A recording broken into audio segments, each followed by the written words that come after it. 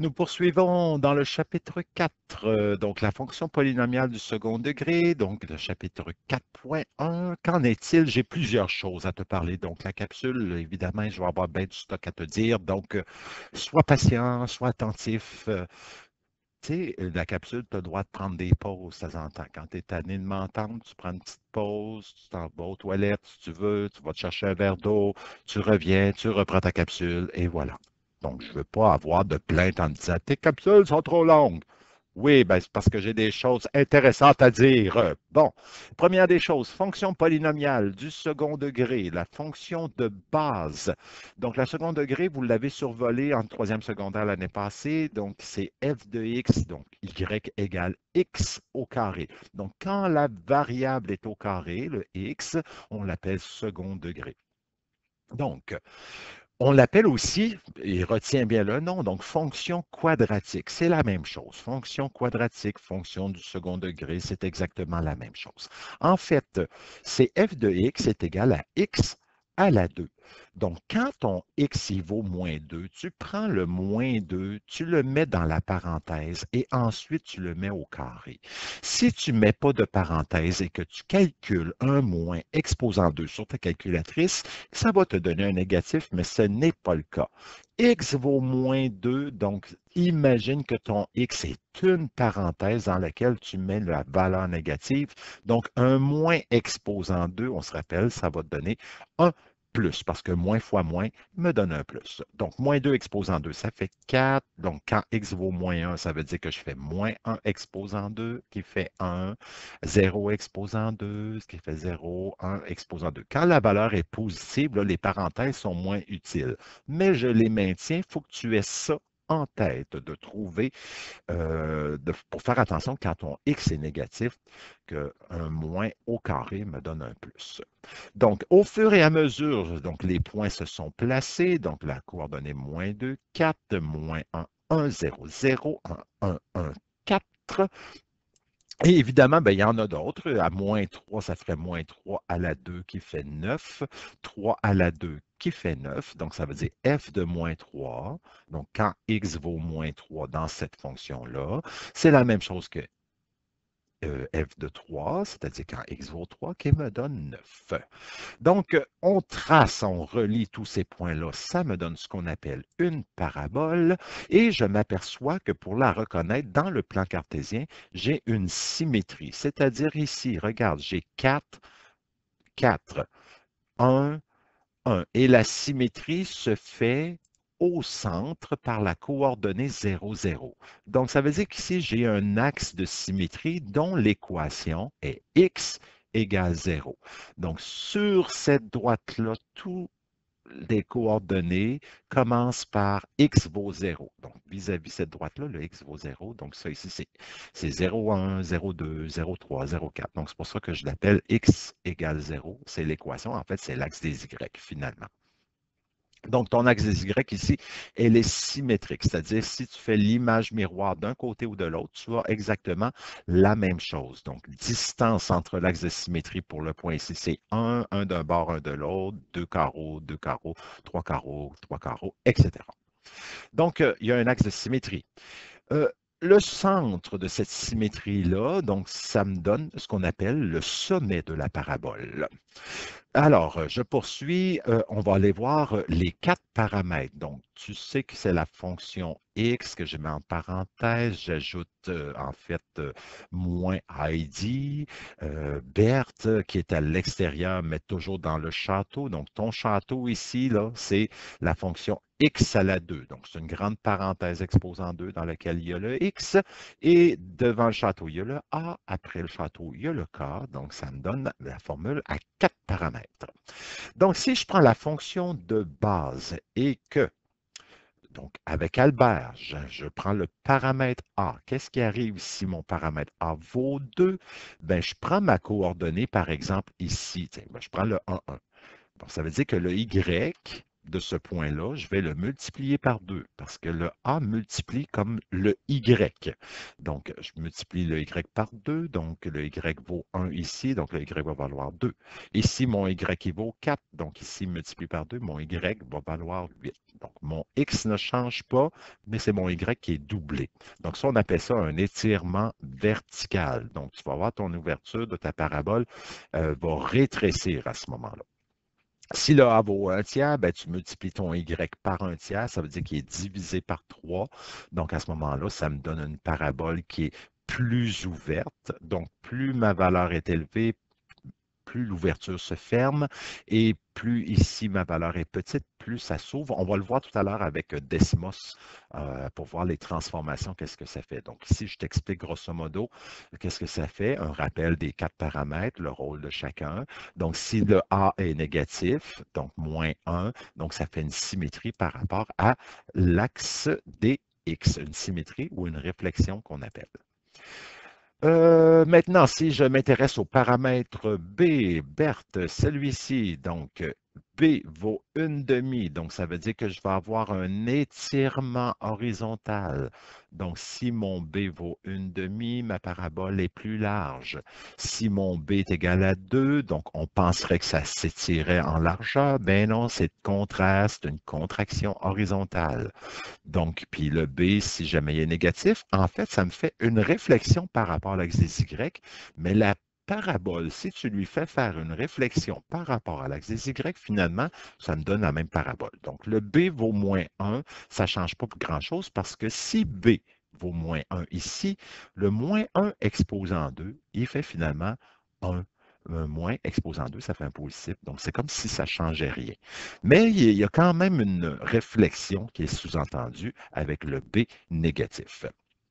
Et évidemment, le paramètre HK a été given, donc ça fait faire une translation de la parabole. Donc ici, si j'ai moins 2 dans la règle après le X, ça veut dire qu'elle tasse de 2 vers la droite. Donc ça veut dire que le H vaut 2. Le K vaut moins 3, donc descend de 3. Donc ça me fait faire une parabole. Donc le H vaut 2, le K vaut moins 3, donc tasse de 2, descend de 3. C'est le rôle des paramètres H et K dans la fonction polynomiale du second degré. Et ainsi, mon sommet va devenir 2 moins 3. Au lieu d'être à 0, 0, il s'est déplacé. Donc, mon sommet, en fait, tu vas retenir que le HK te donne le sommet de la parabole. On va aller voir sur Desmos les transformations. Qu'est-ce qui se produit? Donc, ici, j'ai ma fonction de base, donc y égale x2 ou f de x égale x2. Si j'ajoute les 4 paramètres, donc le a à l'extérieur du au carré, le k à l'extérieur, le b, le h à l'intérieur de la parenthèse. Donc, ça me donne ici, donc le paramètre a vaut 1, le b vaut 1, le h vaut 0, le k vaut 0. Donc, c'est celle-ci, en fait. Mais si je varie le a, plus le a augmente, plus l'ouverture de la parabole se rétrécit. Et plus je diminue mon a, plus l'ouverture s'agrandit. Donc ici, j'ai 0,2, c'est la fraction 1/5. Donc si ton A vaut 1/5, 0,2, ton ouverture est beaucoup plus grande que si ton ouverture est à 1 ici à la fonction de base. Si je vais dans les négatifs, donc qu'est-ce que ça fait? Donc négatif, ça fait une réflexion par rapport à l'axe des X, donc ça fait une parabole vers le bas. Donc le A négatif, parabole vers le bas. D'accord, je le remets à 1, on va regarder le B. Si je prends le B, le B augmente, ça rétrécit, donc l'ouverture, le B diminue, ça l'agrandit. Donc finalement, le B ressemble beaucoup au A. Donc ça lui ressemble. Puis quand il est négatif, ben, on a l'impression qu'il ne s'est rien passé, mais en fait, il y a eu une réflexion par rapport à l'axe des Y, mais ça veut dire qu'on ne l'a pas vu. Donc, elle demeure toujours. Donc, j'augmente mon B dans les négatifs, je m'approche de moins l'infini, donc l'ouverture se referme. Donc, finalement, on voit que le A puis le B, ils ont à peu près le même rôle. Donc, ce qui veut dire que le B n'est pas très intéressant comme paramètre. Et bon, si je déplace le H, donc ici, je déplace le H, je vois que ma parabole se tasse, monte, le cas augmente, donc la parabole monte, descend. Si je m'en vais dans les négatifs, ce qui veut dire que, par exemple, si mon H vaut moins 5 dans ma règle, je vais voir X plus 5 parce que ça fait X moins 5. Donc, c'est pour ça qu'ici, qui se retrouve là. Donc, ça fait un déplacement de la parabole. D'accord, je vous cache ça et je vous montre deux paraboles. Ici, la première, donc, qui est celle-ci, donc avec les 4 paramètres. Et je vous en montre un autre qui a juste 3 paramètres. Et en cliquant dessus, on va regarder la différence entre les deux. Donc, si je regarde entre les deux, oups, il s'est-tu passé quelque chose? Non. Donc, ici, ça, c'est ma mauve. Et la noire qui embarque par-dessus, la mauve, la noire, la mauve, la noire. Mais qu'est-ce qui arrive? Je n'ai pas les mêmes paramètres, mais ça me donne exactement la même parabole. Donc, bizarre, bizarre. Qu'est-ce qui s'est passé en réalité? Allons-y, je ferme ça et je continue ma démonstration. Donc, je reprends cette parabole-là, donc cette fonction du second degré quadratique avec mes 4 paramètres, et je me suis aperçu que ça me donnait exactement le même graphique. Ben, je vous l'explique ici algébriquement. En fait, si vous remarquez, j'ai le B qui est à l'intérieur de la parenthèse, qui est dans une grande parenthèse avant d'être affecté de l'exposant 2, et dans nos règles d'exposant, donc quand j'ai un produit à l'intérieur de la parenthèse, c'est ce que j'ai ici, 4 fois parenthèse, c'est un produit que j'ai. L'exposant à l'extérieur, on a le droit de distribuer à chacun des facteurs, donc ça me donne A exposant M, B exposant M, donc c'est ce qui se produit ici. Le 2, vous avez le droit de le distribuer sur le 4 sous forme d'exposant et le distribuer aussi sur la parenthèse. Donc, j'ai appliqué cette règle des exposants. Pardon. Alors, donc, ce qui veut dire que mon 0,2, le 4 exposant 2, donc qui a été distribué ici, donc, puis ma parenthèse x moins 3. Mais si j'associe le 0,2, j'ai eu de la misère à dire virgule, 0,2 fois 4 exposant 2, c'est 0,2 fois 16, et 0,2 fois 16, ça me donne le 3,2. Donc, la fonction polynomiale du second degré ou la quadratique à 4 paramètres, on peut la transformer à 3 paramètres et c'est d'ailleurs celle-ci qui va nous intéresser dans ce chapitre-là. Donc, je revois avec vous la 4 paramètres, je la transforme, c'est-à-dire je distribue le 2 sur le B, je distribue l'exposant 2 sur la parenthèse. Donc ça fait en sorte qu'on va pouvoir enlever la parenthèse rouge et donc le B exposant 2 sort de la parenthèse, va s'associer avec le A et ça me donne un nouveau A, donc qui n'est pas le même A que celle à 4 paramètres. Donc, ça me donne un nouveau A parce que l'ancien A a été multiplié avec Berthe. Donc, dans le fond, Albert et Berthe se marient ensemble. Jean, bon, son frère et sœur, là, c'est un peu noir comme histoire, mais bon. Euh, le A, donc ça me fait un nouveau A. Donc, ça me fait la fonction à 3 paramètres et c'est ça, là-dessus qu'on va se concentrer. La 4 paramètres, je vais te demander de la transformer en 3 paramètres et c'est la façon de faire. Donc, en résumé, la fonction polynomiale du second degré quadratique, elle va s'exprimer surtout à 3 paramètres. Donc, ça va être notre forme canonique 3 paramètres. Si le A est positif, donc ça nous donne une parabole ouverte vers le haut. Donc, quand on est positif, hein, c'est comme notre attitude. Quand on est positif, on est plutôt souriant. Donc, regarde ici j'ai une attitude positive, le A est positive, je souris. Mais si jamais Le A est négatif, donc ça fait une parabole qui est ouverte vers le bas. Et là, ici, bon, attitude négative, on fait la baboune, donc on ne sourit pas. Donc voilà, c'est une façon de retenir. Le A positif, parabole vers le haut, on sourit. Le A négatif, attitude négative, on fait la baboune, parabole vers le bas.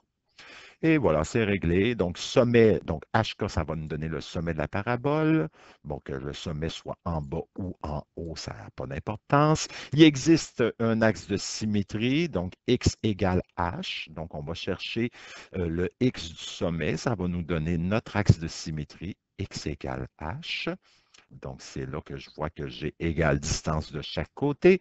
L'ordonnée à l'origine, ben, c'est quand x vaut 0. Donc, f de 0. Donc, si je place 0 ici, ben, qu'est-ce qui va me rester? Ça va faire 0 moins h à la 2. Mais 0 moins h, ça fait moins h. Puis 1 moins au carré, ça fait un plus. Donc, ça fait en réalité ah carré plus k. Mais bon, je te donne la formule pour trouver l'ordonnée à l'origine, mais en fait, tu as juste à remplacer, peu importe la fonction que tu vas avoir, tu remplaces x par 0 et ça te donne l'ordonnée à l'origine. Donc, si je vais voir à la page 149, numéro 7 de ton cahier, donc je te laisse l'ouvrir, aller le chercher, appuie sur pause, puis va chercher ton cahier, page 149, numéro 7, on va le faire ensemble. Donc, voilà, si tu es prêt, on y va. J'ai la fonction ici, donc 3 paramètres. Le A vaut 3, le H vaut 20, le K vaut moins 40. Donc, on va tracer le graphique. Donc, tout d'abord, on identifie nos 3 paramètres. Le A, le H, le K. H, toujours signe contraire de ce qu'on voit. Place le sommet HK dans le graphique. Donc, le HK, c'est le sommet. Donc, on va le placer dans le graphique. Donc, ton sommet, c'est 20 moins 40. Donc, 5, 10, 15, 20 moins 40. Donc, ça, c'est le sommet qui va être là. Je regarde, visualise l'ouverture de la parabole. Est-ce que c'est une parabole ouverte vers le haut, ou vers le bas? Est-ce qu'on sourit ou on fait la baboune? Le A est positif, on sourit, donc ouverte vers le haut. Regarde, si A est positif, c'est comme si le A et le 0, ça faisait les deux yeux, puis ici le nez. Donc, on sourit, positif. Voilà. Donc, sinon, A, on fait la baboune. C'est ça. Ici, on fait la baboune si le A est négatif. Tu comprends l'idée. Ensuite, on va tracer l'axe de symétrie. Donc, tu traces l'axe de symétrie. Au début, je vais te demander de la faire parce que tu vas voir que tes coordonnées que tu vas placer, quand tu en places un d'un bord, tu vas pouvoir, sans faire de calcul, placer l'autre de l'autre côté parce que tu sais que c'est symétrique. Donc, tu vas utiliser ta calculatrice à affichage graphique que je te mets ici. Donc, on y va, on appuie, on rouvre, on marque Y égale. Donc, s'il y a déjà quelque chose, tu effaces, on écrit cette équation-là. Donc, c'est 3 parenthèses x moins 20, ferme la parenthèse, exposant 2, moins 40. Voilà, donc on a écrit la règle, 3 parenthèses x moins 20 à la 2, moins 40. Notre graphique, on voit que les X montent à coup de 5. Donc, je vais aller voir dans Table 7 si c'est ce que j'ai. Si je vais voir dans Table, deuxième fonction graph, oh, ici, ça monte à coup de 0,1, donc ça ne marche pas. Donc, on va aller le mettre à 0,5. Donc, tout d'abord, toujours mettre 0 à Table Start, ça veut dire pour débuter ma table de valeur, je veux tout le temps qu'elle soit 0. Et je descends avec ma flèche pour changer la graduation des X. Je vais mettre 5 parce qu'ici, on me propose à coup de 5. Et voilà, donc je vais voir ma table de valeur. Est-ce que j'ai bien rentré l'équation? Donc 3x moins 20 moins 40. Oui, c'est bon. OK. Donc, si tu veux placer quand x vaut 0, ça donne 1160. Donc, si tu aperçois que tu ne veux pas le placer. À 5 non plus, à 10 non plus, à 15, on est à 35. Donc, à 15, c'est ici. Donc, je vais avoir la coordonnée 15, 35 que tu vas pouvoir placer ici. Bon, si tu as 15,35, ça veut dire que si tu es à un carreau d'un côté, tu vas pouvoir tout de suite, parce que c'est symétrique, placer l'autre point. Si je refais réapparaître la calculatrice, donc tu vois 15,35, 20 moins 40, 25,35. Donc, on n'avait pas besoin de regarder le 25,35. Automatiquement, c'est symétrique, donc on l'a. Il n'y a pas d'autres points qu'on peut placer Donc, si je m'en vais plus loin, ben, ça va monter très, très vite. Donc, je vais y aller avec ces points-là. Et si tu regardes, on note toujours dans notre table de valeur la symétrie, 35, 35, 260, 260. Au centre, c'est le sommet 20 moins 40. Donc, il nous reste à tracer en faisant une courbe parce qu'on sait que c'est une parabole. Donc, il nous reste à tracer la courbe qui nous donne cette parabole-là dont l'ouverture n'est pas tellement large, mais voilà, ça dépend de la graduation qu'on a. Donc, ça nous donne cette parabole-là. Si je prends le numéro 8, toujours dans le même cahier, donc ici, j'ai la fonction, je veux avoir le domaine. Donc ici, le graphique a été tracé, c'est ça. Ici, on reconnaît donc le H, le K qui est 1, 6. Donc on voit qu'ici, j'ai le sommet 1, 6. Parabole vers le bas, hein, attitude négative, on fait la baboune. Donc, le domaine, c'est toutes les valeurs de x pour lesquelles existe cette fonction-là. Donc, ça part de, comme ça descend ici, ça va s'écarter. Hein. Plus tu descends, plus ça s'écarte. Donc, ça part de moins l'infini jusqu'à plus l'infini. Ici, avant, je parlais de mes trois paramètres. Donc, voilà, ici le A, le H qui vaut 1, le K. Donc, le domaine, c'est de moins l'infini jusqu'à plus l'infini. Ça va être l'ensemble R, l'ensemble des nombres réels. Le codomaine, ben, c'est les valeurs de Y pour lesquelles ça existe. Donc, ça veut dire que je pars de moins l'infini et ça monte jusqu'au sommet. Donc, ici, c'est de moins l'infini jusqu'à Y qui vaut 6. En réalité, je vais chercher le paramètre K.